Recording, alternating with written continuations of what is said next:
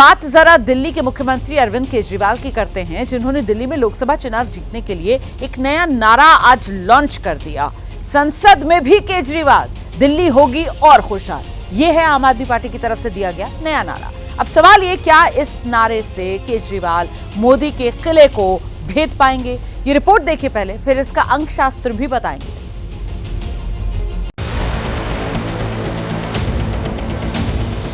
सात जन्म तक भी दिल्ली वालों की सेवा करता रहूं तो उनके एहसान नहीं चुका सकता। मैं दिल्ली वालों से प्यार करता हूं, ये आपसे नफरत करते हैं। संसद में भी केजरीवाल तो दिल्ली होगी खुशहाल। नए गठबंधन और नए नारे के साथ केजरीवाल बीजेपी के विजय रथ को रोकने के लिए तैयार हैं। कांग्रेस के साथ हाथ मिला चुके केजरीवाल ने आज आम आदमी पार्टी के दफ्तर में लोकसभा चुनाव के लिए नए नारे का ऐलान कर दिया। संसद में भी केजरीवाल, तभी दिल्ली होगी और खुशहाल। मंच पर पंजाब के सीएम भगवंत मान समेत पार्टी के सभी बड़े नेता मौजूद थे। पार्टी कार्यकर्ताओं के बीच केजरीवाल ने बीजेपी के 370 पार वाले नारे पर हमला किया और दिल्ली के लोगों से आपको वोट देने की अपील की। और ये तो कहते हुए घूम रहे हैं चारों तरफ, हमारी 370 आ रही है, हमारी 370 आ रही है, हमें नहीं चाहिए दिल्ली वाले। आपकी जरूरत ही नहीं इनको। खुलेआम कह रहे हैं 370 आ रही है, हमारी 370 आ रही है। इनको दिल्ली वालों के वोट चाहिए ही नहीं, इनको दिल्ली के सांसद चाहिए ही नहीं। मेरे को चाहिए आप, मेरे को आपकी जरूरत है, मेरे को दिल्ली वालों की जरूरत है, मेरे को दिल्ली वाले चाहिए, मेरे को दिल्ली के 2.5 करोड़ लोग चाहिए। मेरे को उनसे प्यार है, मैं दिल्ली वालों से प्यार करता हूं, ये आपसे नफरत करते हैं। मेरे को दे दो, मेरा एक एक वॉलंटियर, मैं आपके घर घर आऊंगा वोट मांगने के लिए, ये नहीं आएंगे। नारा जो दिल्ली लगा रही है ना कि शराब बेचता केजरीवाल, दिल्ली को कर दिया बेहाल, दिल्ली की गलियां हैं बदहाल, जेल में होगा केजरीवाल। कभी कांग्रेस के खिलाफ आंदोलन से जन्मी आम आदमी पार्टी अब उसी के साथ है। सीट बंटवारे के तहत दिल्ली में आम आदमी पार्टी 4 और कांग्रेस 3 सीटों पर चुनाव लड़ेगी। आम आदमी पार्टी अपने कोटे की सभी 4 सीटों पर उम्मीदवारों का ऐलान पहले ही कर चुकी है। केजरीवाल ने केंद्र पर हमला बोलते हुए दिल्ली की सभी 7 सीटों पर जीत के लिए जनता से आशीर्वाद मांगा। आप मेरे को बेटा मानते हो, आपने मेरे को बेटा बोला है। अगर आपने मेरे को बेटा बोला है तो अपने बेटे को अकेला तो नहीं छोड़ोगे इस तरह। आज मैं आप लोगों से निवेदन कर रहा हूं, अपील कर रहा हूं कि अपने बेटे को मजबूत करो। जैसे आपने विधानसभा में मेरे हाथ मजबूत किए, अब संसद में मेरे हाथ मजबूत कर दो। संसद में मेरे को 7 एमपी दे दो, जो इंडिया गठबंधन के हैं 7 एमपी दे दो। ये 7 एमपी मेरे 7 बड़े बड़े हाथ बन के काम करेंगे। मैं आपकी आवाज बनूंगा, हमारे 7 एमपी आपकी आवाज बनेंगे। दिल्ली के अंदर डीडीए है, हमारी चलती नहीं डीडीए पे। 7 एमपी दोगे तो आपकी आवाज उठाएंगे, डीडीए में आपके काम करा के लाएंगे। दिल्ली पुलिस इनके अंडर में है, 7 एमपी आप हमें दोगे, दिल्ली पुलिस में आपके सारे काम करा के लाएंगे। दिल्ली में इतनी सारी केंद्र सरकार की संस्थाएं हैं, किसी में आपकी आवाज नहीं है, दिल्ली वालों की आवाज नहीं है। इन सारी जगहों के ऊपर ये दिल्ली के एमपी आपकी आवाज बनेंगे। अगर आप 2019 के वोटिंग पैटर्न को देखेंगे तो दिल्ली की सभी 7 सीटों पर बीजेपी को 50% से ज्यादा वोट मिले हैं। बात अगर वेस्ट दिल्ली और नॉर्थ वेस्ट दिल्ली की करें तो यहां पर आंकड़ा 60% तक चला जाता है। ऐसे में दोनों पार्टियों के बीच वोट ट्रांसफर होगा या नहीं, इस बात को लेकर भी कोई फुल प्रूफ अंदाजा लगा पाना बेहद मुश्किल है। दिल्ली में कांग्रेस और आप साझा चुनावी अभियान समिति बनाने वाली है। दिल्ली कांग्रेस के पूर्व अध्यक्ष सुभाष चोपड़ा की अगुवाई में दोनों पार्टियों की कमेटी बनेगी। इस बार गठबंधन का चुनाव है तो किस तरीके से प्रचार प्रसार होगा दोनों पार्टियों के बीच में, उसके लिए एक समिति बनाने की बात थी, उस पर क्या काम चल रहा है उसके बारे में थोड़ा बता दो। देखिए, मेरे ख्याल से चूंकि 4 सीटों पे इंडिया गठबंधन में आम आदमी पार्टी के उम्मीदवार हैं, जिसकी घोषणा आम आदमी पार्टी कर चुकी है। हमने लोकसभा वाइज कार्यकर्ताओं के साथ जो है मीटिंग का कार्यक्रम भी हमने पूरा कर लिया है। आज से कैंपेन लॉन्च हुआ है और ये घर घर जाएंगे। उसी तरह से कांग्रेस पार्टी के भी कैंडिडेट घोषित होने के बाद जो है उनके भी कार्यकर्ता जो है घर घर प्रचार करेंगे। तो जहां जहां पर जरूरत पड़ेगी एक दूसरे के सहयोग की, वो सहयोग करेंगे। आम आदमी पार्टी दिल्ली विधानसभा चुनाव में तो लगातार बम्पर जीत हासिल करती रही है। लेकिन लोकसभा में आज तक दिल्ली से उसका कोई भी सदस्य संसद नहीं पहुंचा है। इस बार कांग्रेस के साथ गठजोड़ कर आपकी उम्मीदें कई गुना बढ़ गई हैं। अब देखना है कि इस गठबंधन को जनता जीत का बंधन बांधती है या 2014 और 19 का ही परिणाम दोहराती है। तो गठबंधन के सामने दरअसल चुनौती यही है कि दिल्ली में कांग्रेस आपने गठबंधन में लड़ने का फैसला तो कर लिया, लेकिन दोनों दलों के लिए दिल्ली का किला फतेह करना आसान नहीं। और वो क्यों है, ये जानने के लिए ये बिग स्क्रीन पर 2019 चुनाव के आंकड़े आप देख रहे हैं। 2019 के लोकसभा चुनाव में Chandni Chowk BJP 53% vote share, north east Delhi BJP 54% vote share, east Delhi में 55% वोट शेयर, नई दिल्ली में 55% vote share, north west Delhi में तो 60% दिल्ली बीजेपी का वोट शेयर था, वेस्ट दिल्ली में भी 60% के आसपास वोट शेयर, साउथ दिल्ली में भी करीब 60%, 57% वोट शेयर बीजेपी का रहा। मतलब 50% से ज्यादा दिल्ली की हर एक सीट पर बीजेपी को वोट मिला। ऐसे में कांग्रेस और आपके जो वोट शेयर है उसको मिलाने के बाद भी आंकड़ा बीजेपी के पक्ष में ही जाता हुआ नजर आता है। यही गठबंधन के सामने सबसे बड़ी चुनौती। ऐलान जंग देख रहे हैं आप। चिराग पासवान क्या करेंगे? क्या चिराग पाला बदलेंगे या बीजेपी से बात बन गई? कल रात जेपी नड्डा से मुलाकात के बाद कुछ फॉर्मूला निकालने की बात तो कही जा रही है। शनिवार को प्रधानमंत्री के बिहार दौरे पर चिराग पासवान प्रधानमंत्री के मंच पर नहीं दिखे तो राजनीतिक अटकलों का बाजार गर्म हो गया। 5 दिन तक सियासी सस्पेंस बनाए रखने के बाद गुरुवार की रात चिराग पासवान बीजेपी अध्यक्ष जेपी नड्डा से मिलने पहुंचे। सूत्रों की माने तो इस मीटिंग में चिराग पासवान ने अपनी पार्टी के लिए सीटों की मांग रखी। चिराग पासवान की पार्टी अपने लिए पुराने फॉर्मूले के तहत 6 लोकसभा सीटों की मांग कर रही है। 2014 में हम चुनाव लड़े थे तो 7 सीट पे लड़े थे, आपको याद ही होगा। और 2019 में हम लोग 6 सीट पे लड़े थे और 1 राज्यसभा थी। अब 20 में जब हम अलग हुए, अब पुनः जब फिर एनडीए में हम शामिल हुए, हमारे नेता आदरणीय चिराग पासवान जी भारतीय जनता पार्टी के बड़े नेताओं से बात करने के उपरांत शामिल हुए थे।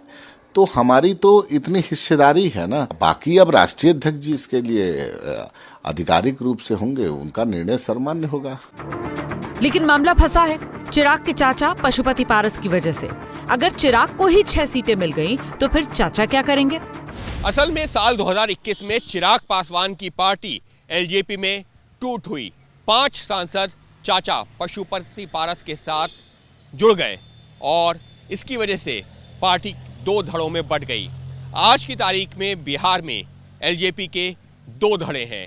एक धड़ा चिराग पासवान के साथ है तो दूसरा धड़ा चाचा पशुपति पारस के साथ में। नीतीश कुमार के एनडीए में वापसी से पहले तक चिराग पासवान को जितना भाव मिल रहा था, अब वो समीकरण बदल चुके हैं और इसी वजह से सीट बंटवारे को लेकर पेंच फंसा हुआ सा नजर आ रहा है। कल की मुलाकात में बीजेपी अध्यक्ष जेपी नड्डा की तरफ से चिराग को भरोसा क्या दिया गया, ये बात सामने नहीं आई। लेकिन माना जा रहा है कि चिराग पासवान को बीजेपी अपने साथ बनाए रखना चाहती है। एनडीए इंटैक्ट है, चिराग पासवान जी भी एनडीए के एक अंग हैं, महत्वपूर्ण अंग हैं और हम लोग साथ मिल करके एनडीए को आगे 40 से 40 सीट जिताएंगे। लोकसभा का चुनाव ही नहीं, विधानसभा का जो आगामी चुनाव है उसमें भी एनडीए भारी बहुमत से बिहार में जीतने जा रहा है और हम लोग बिहार को आगे बढ़ाने का काम करेंगे, विकास करने का काम करेंगे।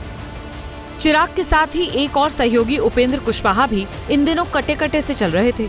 आज मान मनोबल के लिए उनसे मिलने बिहार बीजेपी के पूर्व अध्यक्ष संजय जायसवाल पहुंचे। उपेंद्र कुशवाहा कह रहे हैं कोई नाराजगी नहीं, किसी के आने से कोई दिक्कत नहीं हो रही है, सब कुछ ठीक ठाक है। उपेंद्र कुशवाहा कहीं से कोई नाराज नहीं है? नहीं, बिल्कुल नहीं। नाराज होने का कहा इसमें कोई मतलब है। अब चर्चा करने वाले लोग जाने क्या चर्चा कर रहे हैं। असल में उपेंद्र कुशवाहा और चिराग पासवान का सियासी समीकरण नीतीश की एनडीए में एंट्री से बिगड़ गया है। 2019 में एनडीए में बीजेपी, जेडीयू, एलजेपी 3 ही पार्टियां थीं। तब बीजेपी और जेडीयू 17 सीटों पर चुनाव लड़े। रामविलास पासवान की एलजेपी 6 सीटों पर चुनाव लड़ी। अब रामविलास पासवान इस दुनिया में नहीं है, उनकी पार्टी टूट चुकी है। चाचा भतीजों में सीट को लेकर जंग है। चाचा पारस मोदी सरकार में मंत्री हैं और भतीजे चिराग के पास जाति का आधार वोट। बीजेपी दोनों को ही साथ बनाए रखना चाहती है, मतलब चिराग जरूरी भी है और 6% पासवान जाति का वोट पाने के लिए एनडीए की मजबूरी भी। लेकिन इस वक्त एनडीए से दूरी इसलिए दिखाई दे रही है क्योंकि उनके दावे को पूरा करने का मतलब है जेडीयू और बीजेपी का अपने खाते से सीटों का नुकसान करना। अब ऐसा रिस्क बीजेपी जेडीयू लेती है तो इस पर सबकी निगाहें हैं। चिराग को मनाने का फॉर्मूला ये हो सकता है कि 6 सीटों के दावे को घटाकर 4 तक लाया जाए। विवादित हाजीपुर की सीट चिराग पासवान को मिले, चिराग समर्थकों को एडजस्ट करने का भरोसा मिले, चाचा पारस के समर्थक सांसदों को बीजेपी जेडीयू अपने खाते से एडजस्ट करे। वैसे तो चिराग पासवान को महागठबंधन की तरफ से भी ऑफर मिला हुआ है, लेकिन फिलहाल मौजूदा हालातों को देख करके तो ऐसे ही लग रहा है कि चिराग पासवान एनडीए का हिस्सा बना रहना चाहते हैं, क्योंकि एनडीए में उनको एक तरफ जीत की गारंटी नजर आ रही है तो दूसरी तरफ ये भी लग रहा है कि जब एनडीए की सरकार बनेगी तो उनको केंद्र में मंत्री पद भी मिल सकता है। हालांकि कहा यह भी जाता है कि राजनीति में ना तो कोई स्थायी दोस्त होता है और ना ही कोई स्थायी दुश्मन। ऐसे में चिराग पासवान क्या फैसला लेंगे, अगले कुछ दिनों में उम्मीद की जा रही है कि ये तस्वीर साफ हो जाएगी। और ऐलान जंग में अब इस वक्त की बड़ी खबर मैं आपको बताने जा रही हूं। लोकसभा चुनाव को लेकर कांग्रेस पार्टी की तरफ से उम्मीदवारों के नाम वाली पहली लिस्ट आज जारी की जा सकती है। अब से कुछ ही देर में कांग्रेस पार्टी की तरफ से प्रेस कॉन्फ्रेंस की जानी है और यही कहा जा रहा है कि इसी प्रेस कॉन्फ्रेंस में कांग्रेस उम्मीदवारों के नाम वाली वो पहली लिस्ट जारी कर सकती है, जिसको लेकर सूत्र ये जानकारी दे रहे हैं कि 40 सीटों को लेकर उम्मीदवारों के नाम आज सामने आ जाएंगे। इनमें ज्यादातर कांग्रेस अपने सिटिंग एमपीज वाली जो सीटें हैं उसको लेकर ऐलान करेगी। सिटिंग एमपीज को रिपीट किया जाएगा और साथ ही साथ राहुल गांधी वायनाड से एक बार फिर औपचारिक तौर पर प्रत्याशी कांग्रेस पार्टी के बनाए जाएंगे। इसकी सूचना भी कांग्रेस की तरफ से दे दी जाएगी। सीधे आपको लेकर चलेंगे हमारे साथ हमारे सहयोगी जैनेंद्र इस वक्त मौजूद हैं। जैनेंद्र, तो मतलब आज दिन भर जिस लिस्ट का इंतजार किया जा रहा था अब वो आने ही वाली है। महाशिवरात्रि का दिन है आज और राहुल गांधी जो हैं वो लगातार खुद को शिव भक्त बताते हैं। कांग्रेस पार्टी की तरफ से कहा जाता है कि राहुल बड़े शिव भक्त हैं और ऐसे में देखिए कैसे महाशिवरात्रि वाले दिन कांग्रेस पार्टी की तरफ से उम्मीदवारों के नाम वाली पहली लिस्ट आज जारी की जानी है। जैनेंद्र का रुख करते हैं। जैनेंद्र, मतलब मान लिया जाए कि इंतजार की घड़ियां अब मिनटों में सिमट कर रह गई हैं और शाम 7 बजे जब प्रेस कॉन्फ्रेंस कांग्रेस पार्टी की तरफ से की जाएगी तो फिर उम्मीदवारों के नाम वाली वो पहली लिस्ट आने वाली है। जैनेंद्र, बिल्कुल, लोकसभा चुनाव के लिए कांग्रेस पार्टी अपनी पहली सूची जारी करने वाली है। रोमाना, सुबह से हम दर्शकों को बता रहे हैं कि कांग्रेस आज अपनी पहली सूची जारी करेगी। तकरीबन 40 नाम और अगर हम स्पेसिफिक कहें तो करीब 35 नाम पहली सूची में रहने वाले हैं और सबसे बड़ा नाम है वायनाड से राहुल गांधी।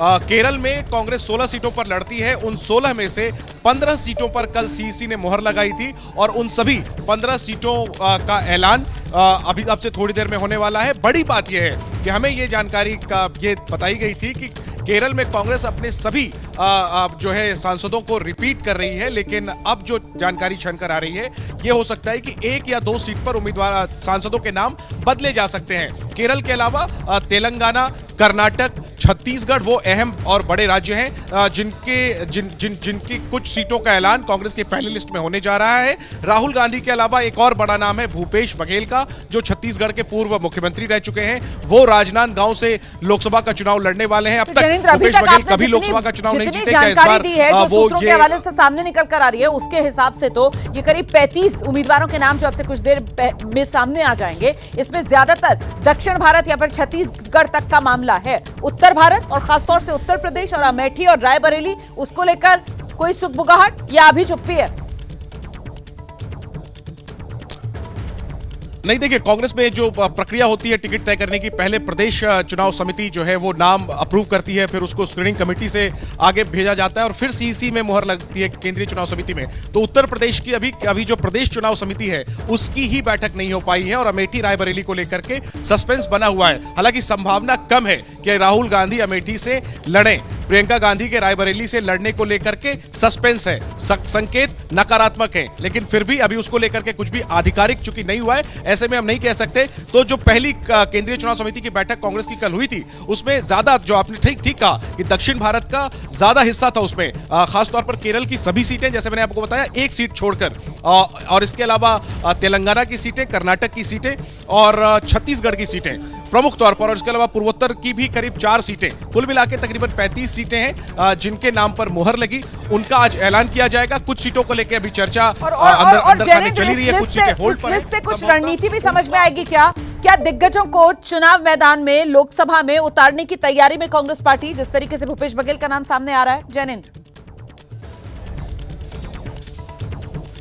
बिल्कुल, देखिए कांग्रेस पार्टी नहीं, हर पार्टी चाहती है कि चुनाव में सबसे जो दमदार चेहरा है वो मैदान में जाए, और ये रणनीति कांग्रेस की भी है। कांग्रेस ने भी अपने तमाम सीनियर नेताओं से, सभी प्रदेश के ये कहा है, और कांग्रेस अपेक्षा कर रही है कि वो सब लोग चुनाव लड़े, लेकिन सारे राज्यों में ऐसी स्थिति नहीं है। लेकिन भूपेश बघेल जो है वो जरूर चुनाव लड़ने जा रहे हैं। वो एक बड़ा चेहरा है। नजर बनाकर रखिएगा, जैसे ही प्रेस कॉन्फ्रेंस शुरू होगी फिर से आपका रुख करेंगे। अब से कुछ ही देर में कांग्रेस की तरफ से प्रेस कॉन्फ्रेंस की जानी है, और इस प्रेस कॉन्फ्रेंस में कांग्रेस की तरफ से 2024 लोकसभा चुनाव के लिए उम्मीदवारों के नाम की पहली लिस्ट जारी की जाएगी। जो नाम सामने निकल कर आ रहे हैं सूत्रों के हवाले से, राहुल गांधी वायनाड से एक बार फिर चुनाव मैदान में उतरेंगे। राजनांदगांव वाली लोकसभा सीट पिछली बार बीजेपी के खाते में सीट गई थी, यहां से भूपेश बघेल को इस बार टिकट देकर चुनाव मैदान में उतारा जाएगा। महासमुंद से ताम्रध्वज साहू, जो भूपेश बघेल वाली छत्तीसगढ़ सरकार में मंत्री थे, उनको चुनाव मैदान में उतारा जा रहा है। बेंगलुरु ग्रामीण सीट 2019 में इकलौती सीट कर्नाटक की जो कांग्रेस के खाते में आई थी, एक बार फिर से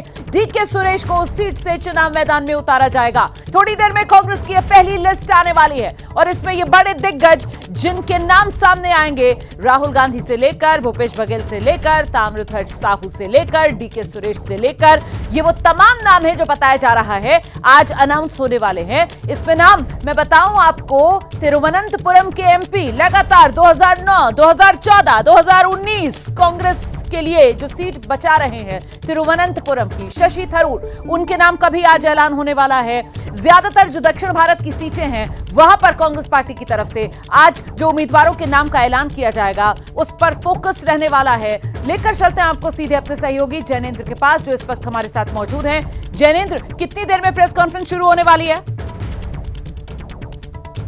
जैनेंद्र से हमारा संपर्क नहीं हो पा रहा है, लेकिन आपको बता दें ये वो दिग्गजों के नाम सामने आ रहे हैं जिनको चुनाव मैदान में उतारने की कांग्रेस पार्टी की तरफ से तैयारी की गई है। वैसे आप देखेंगे कि चाहे डीके सुरेश का नाम हो बेंगलुरु ग्रामीण से, जो इस वक्त सिटिंग एमपी है इसी सीट से, चाहे राहुल गांधी का नाम हो वायनाड से, जो इस वक्त सिटिंग एमपी है इस सीट से, जो अन्य नाम है जिसमें नाम सामने भूपेश बघेल का आ रहा है, जिसमें नाम महासमुंद से ताम्रध्वज साहू का निकल कर आ रहा है, तो कहीं ना कहीं ये दिग्गजों को इस बार लोकसभा चुनाव में उतार कर खेल पलटने की अपने पक्ष में कोशिश कांग्रेस पार्टी की नजर आ रही है। सीधे आपको लेकर चलते हैं, जैनेंद्र इस वक्त हमारे साथ मौजूद हैं। जैनेंद्र, कुछ और जानकारी मिल पा रही है? लिस्ट में कितने नाम के ऐलान की उम्मीद की जाए इस वक्त? मैंने आपको बताया, देखिए कल 40 नामों पर मुहर लगी थी, और उसमें से 35 से 36 नामों की पहली सूची अब से कुछ देर में जारी होने वाली है। और चूंकि सूची छोटी है तो ज्यादा बड़े नामों की संख्या ज्यादा नहीं है। राहुल गांधी सबसे बड़ा नाम है, और इसके अलावा भूपेश बघेल है, ताम्रध्वज साहू जो छत्तीसगढ़ के गृह मंत्री थे वो भी इस लिस्ट में, उनका नाम भी है। छत्तीसगढ़ में 2 सिटिंग सांसद हैं कांग्रेस के, उनमें से एक बस्तर से जो है उनका नाम फिलहाल होल्ड पर है। दूसरी सांसद ज्योत्सना महंत जो चरणदास महंत की पत्नी है, कोरबा से सांसद है, उनका नाम पहली लिस्ट में है। केरल में कांग्रेस 16 सीटों पर लड़ती है, 16 में से 15 सीटों पर नाम तय हो चुके हैं। एक अल्लापुजा सीट है, उसके बारे में बताया जा रहा है कि खुद केसी वेणुगोपाल वहां से लड़ सकते हैं, हालांकि उस पर अभी चर्चा नहीं हुई है। तो अल्लापुजा सीट छोड़कर सभी 15 सीटों के नामों का ऐलान होने वाला है, और संभवतः 1 से 2 मौजूदा सांसदों का टिकट केरल में कांग्रेस काटने जा रही है, बाकी सबको वापस एक बार फिर से उतारने जा रही है। और उनमें राहुल गांधी एक अहम नाम है। और सवाल ये बड़ा हो जाता है कि एक तरफ बीजेपी है जिसने पहली लिस्ट जब जारी की तो तभी 195 उम्मीदवारों के नाम का ऐलान कर दिया। अब बीजेपी की तरफ से उम्मीदवारों के नाम वाली दूसरी लिस्ट आने वाली है, और यहां कांग्रेस पार्टी है जिसकी मुख्य लड़ाई इसी बीजेपी के साथ है। वो अपनी पहली लिस्ट वो भी इतनी देरी से लेकर आ रही है, और अभी भी जो सुबह तक 40 उम्मीदवारों के नाम के ऐलान की बात की जा रही थी, वो शाम होते होते घटकर 35 से 36 पर आकर रुकते हैं। क्यों? बिल्कुल, देखिए ये विडंबना है, और इस विडंबना से कांग्रेस कई सालों से जूझ रही है। बात 35 पे अब आई है, वो 40 से 35 पे आई है। पहले तो पहली सीईसी में बताया जा रहा था कि 100 से ज्यादा सीटों पर चर्चा होगी, वो घटकर 60 पर आई कि 60 नामों पर चर्चा होगी। 60 सीटों पर चर्चा हुई, 40 पर मुहर लगे। लिस्ट अब तकरीबन 35 की आ रही है।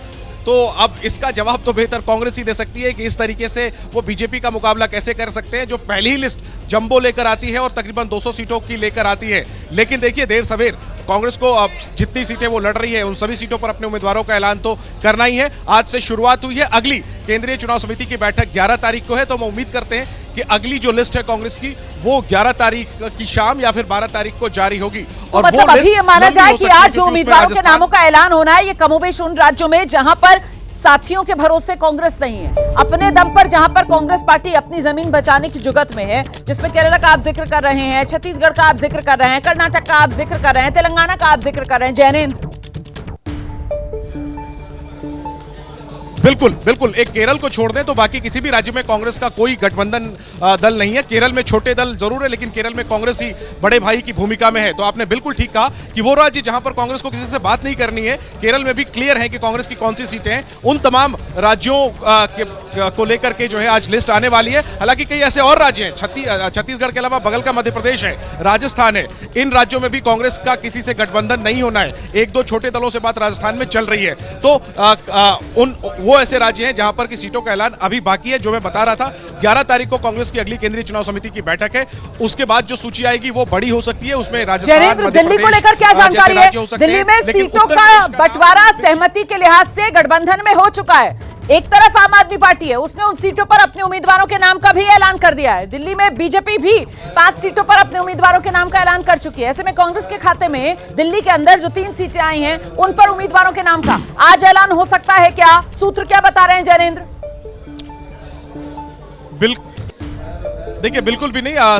पूरी संभावना यही है कि दिल्ली की जो 3 सीटें जो कांग्रेस के खाते में है उनका नाम पहली लिस्ट में नहीं होगा। बड़ी दिलचस्प बात है, कांग्रेस ने आम आदमी पार्टी से तो गठबंधन पर बात पूरी कर ली, लेकिन अपने लिए जो 3 सीट चुने उनमें उम्मीदवार कौन हो इसको लेकर कल सहमति नहीं बन पाई। 3 सीटें हैं दिल्ली में कांग्रेस के खाते में, चांदनी चौक, उत्तर पूर्वी दिल्ली और उत्तर पश्चिमी दिल्ली। इन तीनों सीटों पर 2-2 उम्मीदवारों के नाम, और चांदनी चौक से 3 उम्मीदवारों के नामों का पैनल सीसी में गया था। सीसी ने कहा कि आप एक-एक नाम फाइनल करके लाइए, तो अभी तो जैनेंद्र अब आप नजर बनाकर रखिए, क्योंकि कुछ ही देर में यहां जहां जैनेंद्र मौजूद हैं वहीं पर कांग्रेस पार्टी की तरफ से प्रेस कॉन्फ्रेंस की जानी है। अजय माकन, केसी वेणुगोपाल, पवन खेड़ा, आपको सब नजर आएंगे और कांग्रेस के उम्मीदवारों के नाम वाली पहली लिस्ट आपके सामने होगी। कुछ ही देर में उम्मीदवारों के नाम पर मोहर लगने वाली, औपचारिक तौर पर कांग्रेस की तरफ से ऐलान होने वाला है। इस बड़ी खबर पर हमारी नजर लगातार बनी हुई है।